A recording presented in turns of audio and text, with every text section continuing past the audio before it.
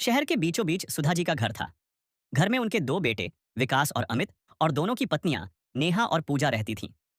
घर बड़ा था, पर समस्या छोटी नहीं। हर महीने बिजली का बिल देखकर सबका मूड खराब हो जाता था। अरे माँ, ये देखिए फिर 12,000 का बिल आ गया, विकास बोला। इतना बड़ा बिल? कोई तो बताओ, इतनी बिजली कौन फूंकता है? सुधा जी गुस्से में बोली। नेहा बोली, माँ जी, मैंने तो इस बार कूलर तक नहीं चलाया। पूजा भी तुरंत बोली, और मैंने तो वॉशिंग मशीन सिर्फ 2 बार यूज की थी।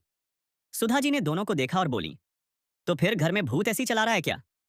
सब हंस पड़े, पर अंदर अंदर सबको चिंता थी। अगले दिन सुधा जी ने तय किया कि अब वो घर की बिजली का हिसाब खुद रखेंगी। उन्होंने हर कमरे में एक छोटा नोटबुक लटका दिया। कौन क्या चला रहा है, लिखो। शाम को देखा, पूजा के कमरे में 5 घंटे टीवी, नेहा के कमरे में 8 घंटे एसी, और रसोई में पूरा दिन लाइट जलती रही। वाह, ये तो सच्चाई निकल आई, सुधा जी बोली। अब सब अपना अपना बिल देंगे, नेहा बोली। क्या मतलब, हमें अलग अलग पैसे देने होंगे? हाँ बहू, जिस कमरे में जितनी बिजली जलेगी उसका हिसाब वही देगा। अगले ही दिन दोनों बहुओं में ठन गई। नेहा पूजा से बोली, अब मैं तेरे कमरे में नहीं आऊंगी, तेरा पंखा भी तो जलता है।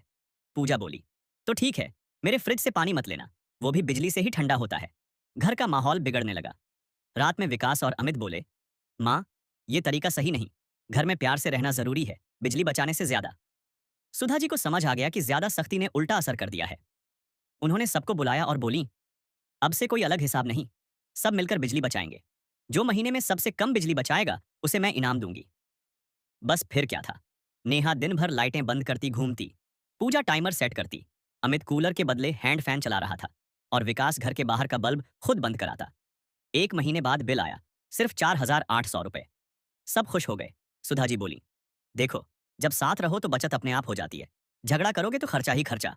सब हंस पड़े। घर में फिर से प्यार, रोशनी और थोड़ी सेविंग की समझदारी लौट आई।